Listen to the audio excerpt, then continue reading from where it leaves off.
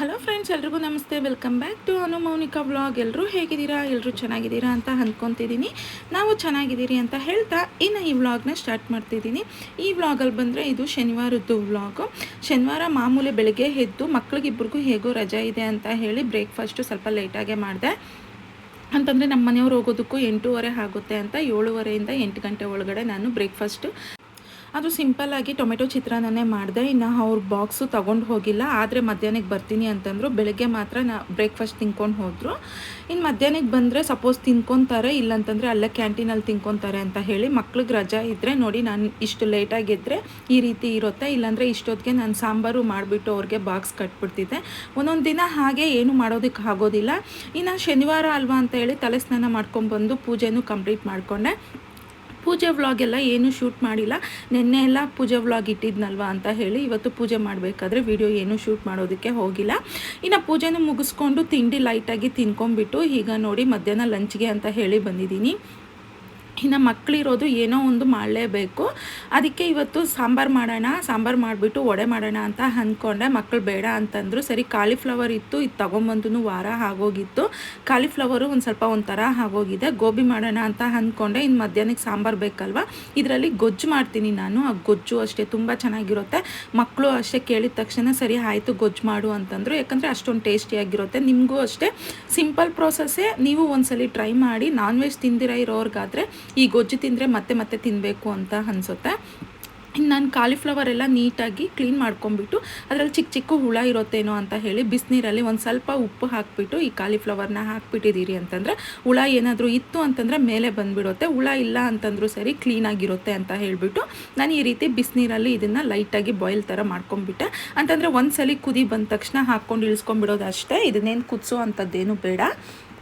ಮತ್ತು ಬದನೆಕಾಯಿ, ಉದ್ದದ ಬದನೆಕಾಯಿ ಇತ್ತಲ್ವ, ಅದನ್ನು ಕಟ್ ಮಾಡ್ಕೊಂಡಿದ್ದೀನಿ ಸಣ್ಣಕ್ಕೆ. ಆ ಬದನೆಕಾಯಿ ಹಾಕಿದ್ರೂ ಅಷ್ಟೇ ತುಂಬ ಚೆನ್ನಾಗಿರುತ್ತೆ ಅಂತ ಹೇಳಿ. ಬೇರೆ ಟೈಮಲ್ಲಿ ಅಂತಂದರೆ ನೀವು ಎಗ್ ಸಮೇತ ಹಾಕ್ಕೊಂಡು ಮಾಡ್ಕೊಂಡು ತಿನ್ನಿ. ನಾನು ಶನಿವಾರ ಶುಕ್ರವಾರ ಈ ರೀತಿ ಎಲ್ಲ ನಾನು ಎಗ್ ಆಗಲಿ ನಾನ್ ವೆಜ್ ಆಗಲಿ ಏನೂ ತಿನ್ನೋದಿಲ್ಲ. ಅದಕ್ಕಾಗಿ ನಾನು ಬರೀ ಕಾಲಿಫ್ಲವರು ಬದನೆಕಾಯಿ ಹಾಕಿಬಿಟ್ಟು ಮಾಡ್ತಿದ್ದೆ. ಮಕ್ಕಳು ನೋಡಿ ಇವರಿಬ್ಬರು ಇದ್ದರೆ ಹೀಗೆ ಕಿತ್ತಾಡ್ತಾನೆ ಇರ್ತಾರೆ. ಅಡುಗೆ ಮನೆಗೆ ಬಂದು ಏನೋ ವಿಷಯಕ್ಕೆ ಇಬ್ಬರು ಕಿತ್ತಾಡ್ತಾ ಇದ್ದಾರೆ. ಹೋಗು ಅಂತ ನನ್ನ ಮಗನ ಓಡಿಸ್ತಿದ್ರೆ ಇಲ್ಲ ನಾನು ಬರ್ತೀನಿ ಅಂತ ಜಗಳ ಮಾಡ್ತಾ ಇದ್ದಾರೆ. ಮೊನ್ನೆ ಕಡುಬುಗೆ ನಾನು ಕಡಲೆ ಬೀಜದ್ದು ಪೌಡ್ರ್ ಮಾಡಿ ಇಟ್ಟಿದ್ನಲ್ಲ, ಅದು ಸ್ವಲ್ಪ ಹಾಗೆ ಉಳಿಸಿದ್ದೆ. ನನ್ನ ಮಗಳಿಗೆ ಇಷ್ಟ ಅದನ್ನು ಹಾಗೆ ತಿನ್ನೋದಕ್ಕೆ. ಅದನ್ನು ಅವಳು ಎತ್ಕೊಂಡು ನಾನು ತಿಂತೀನಿ ಅಂತಿದ್ರೆ ನನ್ನ ಮಗ ನನಗೂ ಬೇಕು ಅಂತ ಹೇಳ್ಬಿಟ್ಟು ಅಂತಿದ್ದಾನೆ. ಕೇಳ್ತಾನೆ ಅಷ್ಟೇ. ಸ್ವೀಟೆಲ್ಲ ಅಷ್ಟೊಂದು ತಿನ್ನೋದಕ್ಕೆ ಹೋಗೋದಿಲ್ಲ, ಖಾರ ಆದರೆ ಜಾಸ್ತಿ ತಿಂತಾನೆ. ಆದರೂ ಅವಳು ತಿಂತಿದ್ದಲ್ವ, ಜಗಳ ಮಾಡಾದರೂ ಕಿತ್ಕೊಬೇಕು ಅನ್ನೋದಷ್ಟೇ. ಇಬ್ಬರು ಅಷ್ಟೊಂದು ಜಗಳ ಮಾಡ್ತಾನೆ ಇರ್ತಾರೆ. ಮನೆಯಲ್ಲಿ ಇದ್ದರು ಅಂತಂದರೆ ಜಾಸ್ತಿ ತಲೆನೋವು ಬಂದುಬಿಡುತ್ತೆ ನನಗೆ. ಇನ್ನು ಸರಿ ಅವಳಿಗೆ ಸ್ವಲ್ಪ ಕೊಟ್ಬಿಟ್ಟು ಇವಳು ಸ್ವಲ್ಪ ಎತ್ಕೊಂಡು ಇಬ್ಬರು ಆಫ್ ಎತ್ಕೊಂಡು ಹೋಗ್ತಾ ಇದ್ದಾರೆ. ಅದನ್ನು ತಿನ್ನೋದಿಲ್ಲ, ವಾಪಸ್ ಇಲ್ಲಿ ಬಂದೇ ಬರುತ್ತೆ. ಸ್ವಲ್ಪ ಹಾಕ್ಕೊಳ್ಳಿ ಅಂತಂದರೆ ಇಲ್ಲ ನಾವು ತಿಂದ್ಬಿಡ್ತೀನಿ ಅಂತ ಹೇಳಿಬಿಟ್ಟು ಎತ್ಕೊಂಡು ಹೋಗ್ತಿದ್ರು. ನಮ್ಮ ಬ್ರೂನೋ ನೋಡಿ ಟೊಮೆಟೊ ಕಟ್ ಮಾಡಿದ್ರೆ ಸಾಕು ಓಡ್ ಬಂದುಬಿಡ್ತಾನೆ ಎಲ್ಲಿದ್ರೂ ಬೇಕು ಅಂತ. ಜಾಸ್ತಿ ಟೊಮೆಟೊ ಕೊಡಬಾರ್ದು. ಇನ್ನು ಅವ್ರಿಗಿಷ್ಟ ಅಂತ ಹೇಳಿಬಿಟ್ಟು ಚಿಕ್ಕ ಚಿಕ್ಕ ಪೀಸುಗಳು ಬ್ರೂನೋಗೊಂದು ಟೋನಿಗೊಂದು ಕೊಟ್ಬಿಟ್ಟೆ. ಇನ್ನು ಗೊಜ್ಜು ವಿಷಯಕ್ಕೆ ಬರೋಣ. ಈ ಗೊಜ್ಜಿಗೆ ನಾನು ಟೊಮೆಟೊ ಮತ್ತು ಈರುಳ್ಳಿ 2 ಕಟ್ ಮಾಡ್ಕೊಂಡಿದ್ದೀನಿ, ಟೊಮೆಟೊ 1 ಕಟ್ ಮಾಡ್ಕೊಂಡಿದ್ದೀನಿ. 4 ಮೆಂಬರ್ಸಿಗೆ ಮಾಡೋದಾದರೆ ಇಷ್ಟು ಸರಿ ಹೋಗುತ್ತೆ. ಟೊಮೆಟೊ ಜಾಸ್ತಿ ಹಾಕಿದ್ರೂ ಹುಳಿ ಬಂದುಬಿಡುತ್ತೆ. ಅದಕ್ಕೆ ನೋಡಿ ನನ್ನ ಮಗ ಈಗ ಆ ಪೌಡ್ರನ್ನ ತೊಗೊಂಬಂದು ವಾಪಸ್ ಕೊಟ್ಬಿಟ್ಟು ಅವ್ನು ಸಿಹಿ ತಿನ್ನೋದಿಲ್ಲ, ಹೇಳಿದ್ರು ಕೇಳೋದಿಲ್ಲ. ಇನ್ನು ಸ್ವಲ್ಪ ಬೆಳ್ಳುಳ್ಳಿ ಶುಂಠಿ ಹಾಕ್ಕೊಬೇಕು ಅಂತ ನಾನು ಅದನ್ನು ಕ್ರಷ್ ಮಾಡ್ಕೊಳ್ಳೋಣ ಅಂತ ಬೆಳ್ಳುಳ್ಳಿ ಸ್ವಲ್ಪ ಬಿಡಿಸ್ಕೊತಿದ್ದೆ. ಜಾಸ್ತಿ ಏನಿಲ್ಲ, ಒಂದು 4 ಬೆಳ್ಳುಳ್ಳಿ ಹಾಕ್ಕೊಂಡು ಚಿಕ್ಕದಾಗಿ ಶುಂಠಿ ಹಾಕ್ಕೊಂಡ್ರೆ ಸಾಕು. ಅದನ್ನು ಅಷ್ಟೇ ಕುಟ್ಕೊಂಡು ಹಾಕ್ಕೊಳ್ಳೋದೆ, ರುಬ್ಬೋ ಅಂಥದ್ದು ಏನೂ ಇರೋದಿಲ್ಲ. ಮತ್ತು ಈ ಕಾಲಿಫ್ಲವರ್ನೂ ನಾವು ಬದನೆಕಾಯಿನ ಕಟ್ ಮಾಡಿ ಇಟ್ಕೊಂಡಿದ್ರಲ್ವ, ಅದನ್ನು ಎಣ್ಣೆ ಹಾಕಿಬಿಟ್ಟು ಒಂದು ಬಾಣಲಿಯಲ್ಲಿ ಎಣ್ಣೆ ಹಾಕಿಬಿಟ್ಟು ಎಣ್ಣೆಯಲ್ಲಿ ಈ ರೀತಿ ಡೀಪ್ ಫ್ರೈ ಥರ ಮಾಡ್ಕೊಬೇಕು. ಅಂದರೆ ಜಾಸ್ತಿ ಇಲ್ಲ, ಕಡಿಮೆ. ಗೊಜ್ಜಿಗೆ ಎಷ್ಟು ಬೇಕೋ ಎಣ್ಣೆ ನೋಡ್ಕೊಬೇಕು. ಹಾಗೆ ಈ ಕಾಲಿಫ್ಲವರು ಫ್ರೈ ಆಗೋ ಅಷ್ಟು ಎಣ್ಣೆನ ಹಾಕ್ಕೊಂಡು ನಾವು ಈ ರೀತಿ ಫ್ರೈ ಮಾಡ್ಕೊಬೇಕು. ಇದಕ್ಕೆ ನಾನು ಏನೂ ಹಾಕಿಲ್ಲ, ಒಂದು ಬಾಣಲಿಗೆ ಎಣ್ಣೆ ಹಾಕಿಬಿಟ್ಟು ಎಣ್ಣೆಯಲ್ಲಿ ಕಾಲಿಫ್ಲವರು ಬದನೆಕಾಯಿ ಮಾತ್ರ ಹಾಕಿ ಸ್ವಲ್ಪ ಫ್ರೈ ಮಾಡ್ತಿದ್ದೆ ಅಷ್ಟೇ. ಆಮೇಲೆ ಇದಕ್ಕೆಲ್ಲ ಒಗ್ಗರಣೆ ಹಾಕ್ಕೊಳ್ಳೋದು. ಫಸ್ಟೇ ನಾವು ಈ ರೀತಿ ಫ್ರೈ ಮಾಡಿ ಇಟ್ಕೊಬೇಕು. ಇನ್ನು ಬೆಳ್ಳುಳ್ಳಿನ ಬಿಡಿಸಿ ಇಟ್ಕೊಂಡಿದ್ನಲ್ವ, ಬೆಳ್ಳುಳ್ಳಿ ಸ್ವಲ್ಪ ಶುಂಠಿನ ಈ ರೀತಿ ಕ್ರಷ್ ಮಾಡ್ಕೊತಿದ್ದೀನಿ. ಇದಕ್ಕೇನು ಚಕ್ಕೆ ಲವಂಗ ಇವೆಲ್ಲ ಏನೂ ಹಾಕೋದಿಲ್ಲ, ಬರೀ ಬೆಳ್ಳುಳ್ಳಿ ಶುಂಠಿ ಪೇಸ್ಟ್ ಇದ್ದರೆ ಸಾಕು. ಪೇಸ್ಟ್ ಇದ್ರೂ ಹಾಕ್ಕೊಬೋದು, ಇಲ್ಲ ಈ ರೀತಿ ಕ್ರಷ್ ಮಾಡಿ ಹಾಕ್ಕೊಳ್ಳೋದ್ರಿಂದ ನಮಗೆ ಬಾಯಿಗೆ ಸಿಗ್ತಾ ಇರುತ್ತಲ್ವ, ಅದೊಂಥರ ಟೇಸ್ಟ್ ಚೆನ್ನಾಗಿರುತ್ತೆ, ಫ್ಲೇವರು ಅಷ್ಟೇ. ಮತ್ತು ಇವಾಗ ಫ್ರೈ ಆಗಿರೋ ಕಾಲಿಫ್ಲವರು ಬದನೆಕಾಯಿನ ನಾನು ಸೈಡಿಗೆ ತೆಗೆದಿಟ್ಕೊಂಡು ಅದೇ ಬಾಣಲಿದಲ್ಲೇ ಎಣ್ಣೆ ಇತ್ತಲ್ವ ಅದಕ್ಕೆ ಸ್ವಲ್ಪ ಸಾಸಿವೆ ಹಾಕಿ ಕರ್ಬೇವಿನ ಸೊಪ್ಪಿದ್ರೆ ಹಾಕ್ಕೊಳ್ಳಿ, ನನ್ನ ಹತ್ರ ಇರಲಿಲ್ಲ ಅಂತ ಹಾಕಿಲ್ಲ ನಾನು. ಮತ್ತು ಶುಂಠಿ ಬೆಳ್ಳುಳ್ಳಿ ಕ್ರಷ್ ಮಾಡಿ ಇಟ್ಕೊಂಡಿರೋದನ್ನು ಅದನ್ನು ಹಾಕಿಬಿಟ್ಟು ಅದು ಸ್ವಲ್ಪ ಫ್ರೈ ಆದಮೇಲೆ ಈರುಳ್ಳಿನ ಹಾಕ್ಕೊಂಡೆ. ಈರುಳ್ಳಿ ಸ್ವಲ್ಪ ಬೇಯಬೇಕು ಅಂತಂದರೆ ನಾವು ಸ್ವಲ್ಪ ಉಪ್ಪು ಹಾಕ್ಕೊಂಡ್ಬಿಟ್ರೆ ಬೇಗ ಬೇಯ್ಕೊಳ್ಳುತ್ತೆ. ಇನ್ನು ಉಪ್ಪು ಹಾಕ್ಕೊಂಡು ಫ್ರೈ ಮಾಡ್ಕೊತಿದ್ದೀನಿ. ಆಮೇಲೆ ಹಾಗೆ ಟೊಮೆಟೊನೂ ಹಾಕ್ಕೊಂಡ್ಬಿಟ್ಟೆ. ಟೊಮೆಟೊ ನಾನು ಒಂದು ಮಾತ್ರ ಹಾಕ್ಕೊಂಡಿದ್ದೀನಿ, ಜಾಸ್ತಿ ಹಾಕಿದ್ರೆ ಸ್ವೀಟ್ನೆಸ್ಸು ಒಂಥರ ಸ್ವಲ್ಪ ಹುಳಿನೆಸ್ಸು ಬಂದುಬಿಡುತ್ತೆ, ಅದಕ್ಕಾಗಿ. ಮತ್ತು ಸ್ವಲ್ಪ ಅರಿಶಿನ ಪುಡಿ ಹಾಕ್ಕೊಂಡು ಈ ರೀತಿ ಫ್ರೈ ಮಾಡ್ಕೊಂಡಿದ್ದು ಆದಮೇಲೆ ಅದು ಸ್ವಲ್ಪ ಬೆಂದಿದ್ದು ಆದಮೇಲೆ ನಾವು ಆಗಲೇ ಫ್ರೈ ಮಾಡಿ ಇಟ್ಕೊಂಡಿದ್ರಲ್ವ ಕಾಲಿಫ್ಲವರು ಬದನೆಕಾಯಿ, ಅದನ್ನು ಹಾಕ್ಬಿಡ್ತಿದ್ದೀನಿ. ಅದಕ್ಕೇನು ಹಾಕಿರಲಿಲ್ಲ, ಉಪ್ಪು ಸಮೇತ ಹಾಕಿರಲಿಲ್ಲ, ಅದಕ್ಕೆಲ್ಲ ಇವಾಗ ಹಾಕ್ಕೊಳ್ಳೋದೆ ನಾವು. ತುಂಬ ಚೆನ್ನಾಗಿರುತ್ತೆ ಗೊಜ್ಜು, ಒಂದ್ಸಲ ಟ್ರೈ ಮಾಡಿ. ಚಪಾತಿಗೆ ತುಂಬ ಚೆನ್ನಾಗಿರುತ್ತೆ. ಮುದ್ದೆಗೆ ಅಂತಂದರೆ ಏನೋ ನಾನು ಯಾವಾಗೂ ಟ್ರೈ ಮಾಡಿಲ್ಲ, ಬಟ್ ಬಿಸಿ ಬಿಸಿ ಅನ್ನಕ್ಕಂತೂ ಚೆನ್ನಾಗಿ ಬರುತ್ತೆ. ಇನ್ನು ಇದಕ್ಕೆ ಖಾರ ನೋಡಿಕೊಂಡು ನಿಮ್ಗೆ ಎಷ್ಟು ಬೇಕೋ ಅಷ್ಟು ಖಾರ ಹಾಕ್ಕೊಳ್ಳಿ. ನಾನು 1.5 ಸ್ಪೂನ್ ಹಾಕ್ತಾಯಿದ್ದೀನಿ, ನಮ್ಮ ಮನೇಲಿ ಸ್ವಲ್ಪ ಖಾರ ಜಾಸ್ತಿನೇ ತಿಂತಾರೆ. ಇನ್ನು ಧನಿಯಾ ಪುಡಿ ಹಾಕ್ಕೊಂಡೆ, ಅದು ಅಷ್ಟೇ 1.5 ಸ್ಪೂನು, ಯಾಕಂದರೆ ನಮಗೆ ಗ್ರೇವಿ ಬೇಕಲ್ವ, ಅದಕ್ಕಾಗಿ 1.5 ಸ್ಪೂನು, ಇಲ್ಲಾಂದರೆ 2 ಸ್ಪೂನ್ ಹಾಕ್ಕೊಂಡ್ರೂ ಚೆನ್ನಾಗೇ ಇರುತ್ತೆ. ಮಸಾಲೆ ಫ್ಲೇವರ್ ಏನೂ ಬರೋದಿಲ್ಲ, ಸ್ವಲ್ಪ ಜಾಸ್ತಿ ಹೊತ್ತು ಕುದಿಸಿದ್ದೀರಿ ಅಂತಂದರೆ. ಹಾಗೆ ಇದಕ್ಕೆ ಸ್ವಲ್ಪ ಗರಂ ಮಸಾಲ ಪೌಡ್ರು, ಸ್ವಲ್ಪ ಚಿಕನ್ ಮಸಾಲ ಪೌಡ್ರು ಹಾಕ್ಕೊತಿದ್ದೀನಿ. ಹೇಳಿದ್ನಲ್ವ, ಗ್ರೇವಿಗೋಸ್ಕರ ನಮಗೆ ಈ ರೀತಿ ಪೌಡರ್ಸ್ನ ಸ್ವಲ್ಪ ಹಾಕ್ಕೊಬೇಕಾಗುತ್ತೆ. ಗ್ರೇವಿಗೆ ಅಂತಲ್ಲ, ತಿನ್ನೋದಕ್ಕೂ ಚೆನ್ನಾಗೇ ಬರುತ್ತೆ. ಇನ್ನಿವೆಲ್ಲ ಹಾಕ್ಕೊಂಡು ಸ್ವಲ್ಪ ಫ್ರೈ ಮಾಡ್ಕೊತಿದ್ದೆ.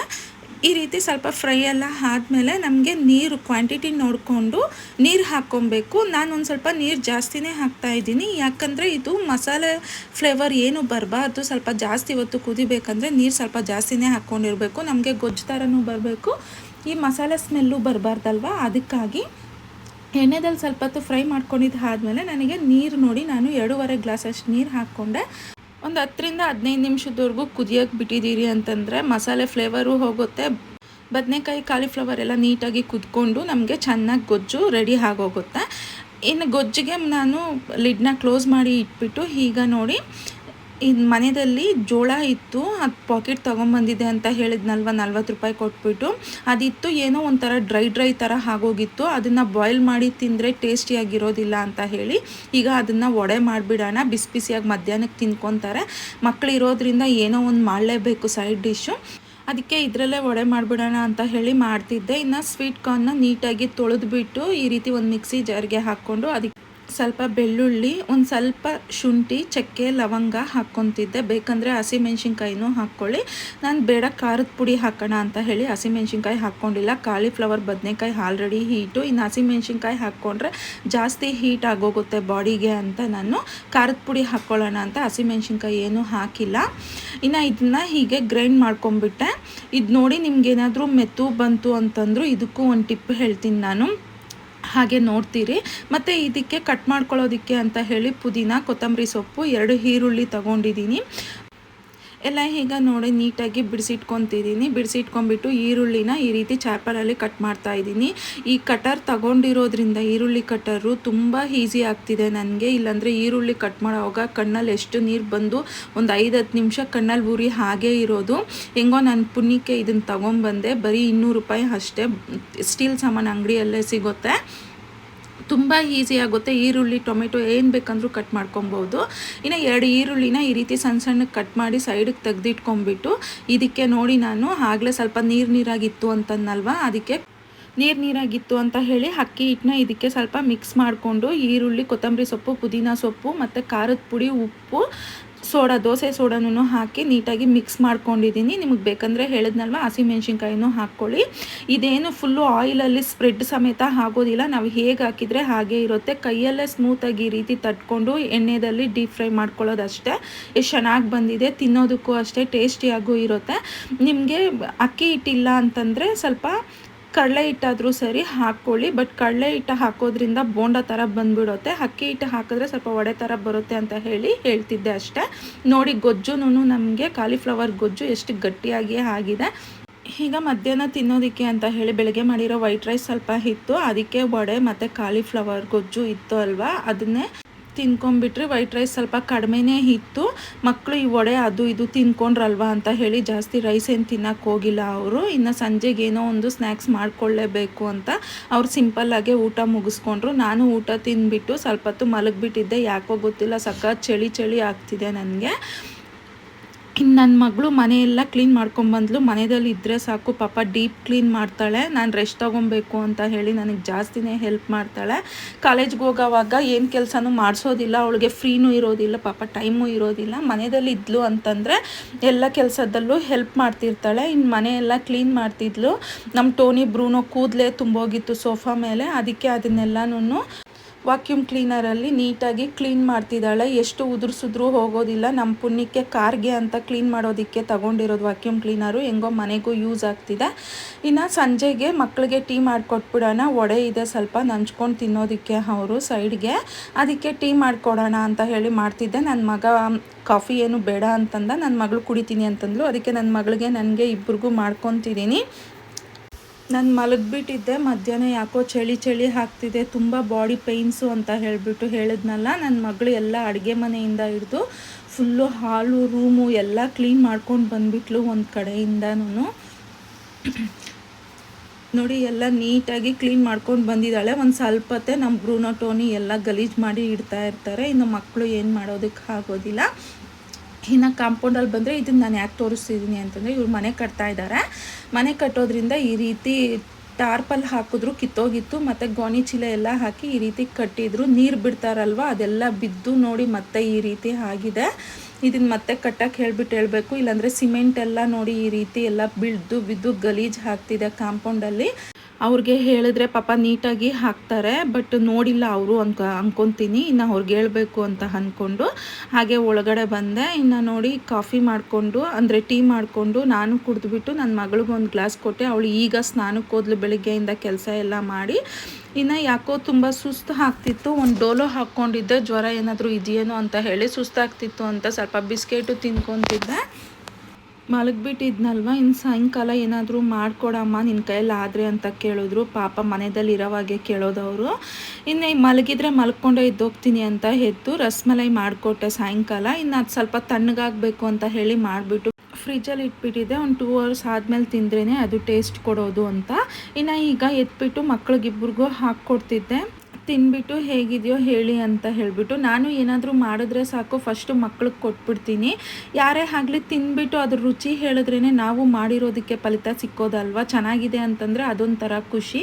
ಇನ್ನು ಇದು ಸೆಕೆಂಡ್ ಟೈಮ್ ನಾನು ಮಾಡ್ತಿರೋದು, ಚೆನ್ನಾಗೇ ಬಂದಿದೆ. ನನ್ನ ಮಗಳು ಚೆನ್ನಾಗಿದೆ ಅಂತ ಹೇಳಿಬಿಟ್ಟು ಹೇಳಿದ್ಲು.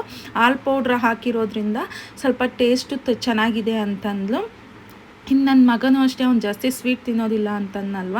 ಅವ್ರ ತಂಗಿನ ಕೇಳ್ತಿದ್ದಾನೆ ಇನ್ನೊಂದು ಹಾಕು ನನಗೆ ಅಂತ. ಕಡಿಮೆ ಮಾಡಿದ್ದೆ ತಿಂತಾರೋ ತಿನ್ನೋದಿಲ್ವೋ ಅಂತ, ಬಟ್ ಚೆನ್ನಾಗಿದೆ ಅಂತ ಹೇಳಿ ತಿನ್ಕೊಂಡ್ರು ಮಕ್ಕಳಿಬ್ರು. ಇನ್ನು ಯಾಕೋ ಸಂಜೆ ಆಗ್ತಾ ನನಗೆ ಚಳಿ ಜಾಸ್ತಿ ಆಗೋಗ್ಬಿಟ್ಟಿತ್ತು. ಒಂದು ಇಂಜೆಕ್ಷನ್ ಆದರೂ ಹಾಕ್ಕೊಂಬಂದ್ಬಿಡೋಣ. ಡೋಲೋ ಹಾಕ್ಕೊಂಡೆ ಲಾಸ್ಟ್ ಟೈಮು ಜಾಸ್ತಿ ಜ್ವರ ಮಾಡ್ಕೊಂಬಿಟ್ಟು ಒಂದು 3-4 ದಿನ ಮಲಗಿಬಿಟ್ಟಿದ್ದೆ. ಅಷ್ಟೊಂದು ಜ್ವರ ಇತ್ತು. 3-4 ದಿನ ರೆಸ್ಟಲ್ಲಿ ಇದ್ದಿದ್ದಾಯಿತು. ಈ ಸಲ ಹಾಗೆ ಮಾಡಬಾರ್ದು. ಮಧ್ಯಾಹ್ನ ಹಾಕ್ಕೊಂಡು ನೋಡಿದೆ, ಬಟ್ ವಾಸಿ ಆಗಲಿಲ್ಲ ನನಗೆ. ಸರಿ ಹೋಗಿ ಒಂದು ಇಂಜೆಕ್ಷನ್ ಹಾಕ್ಕೊಂಬಂದ್ಬಿಡೋಣ, ಒಂದು ಇಂಜೆಕ್ಷನಲ್ಲಿ ವಾಸಿ ಆಗೋಗುತ್ತೆ ಅಂತ ಹೇಳಿ ಹಾಸ್ಪಿಟ್ಲಿಗೆ ಬಂದ್ರಿ. ಇನ್ನು ನಾಳೆ ಎಲ್ಲ ಸಂಡೇ, ಮಕ್ಳಿಗೆ ಏನೋ ಒಂದು ಮಾಡಿಕೊಡು ಅಂತ ಕೇಳ್ತಿರ್ತಾರೆ. ಇನ್ನು ನಾನು ಮಲಗಿಬಿಟ್ಟಿದ್ದೀನಿ ಅಂತಂದರೆ ಅವರು ಅಷ್ಟೇ ಸಪ್ಪು ಕುತ್ಕೊಂಡ್ಬಿಡ್ತಾರೆ. ಅವ್ರಿಗಿರೋದೇ ವಾರದಲ್ಲಿ ಒಂದೇ ದಿನ ರಜಾ ಅಂತ ಹೇಳಿ ಇಂಜೆಕ್ಷನ್ ಹಾಕ್ಕೊಂಡ್ಬಿಟ್ರೆ ವಾಸಿ ಆಗೋಗುತ್ತೆ ಅಂತ ಇನ್ನು ಹಾಸ್ಪಿಟ್ಲಿಗೆ ಬಂದು ಒಂದು ಇಂಜೆಕ್ಷನ್ ಹಾಕ್ಕೊಂಡೆ. ಇನ್ನು ಈ ವ್ಲಾಗ್ನ ಇಲ್ಲಿಗೆ ಎಂಡ್ ಮಾಡ್ತಿದ್ದೀನಿ. ನಿಮ್ಗೆಲ್ರಿಗೂ ಇಷ್ಟ ಆಗಿದ್ರೆ ಪ್ಲೀಸ್ ಲೈಕ್, ಶೇರ್, ಸಬ್ಸ್ಕ್ರೈಬ್ ಮಾಡಿ ನನಗೆ ಸಪೋರ್ಟ್ ಮಾಡಿ. Thank you for watching.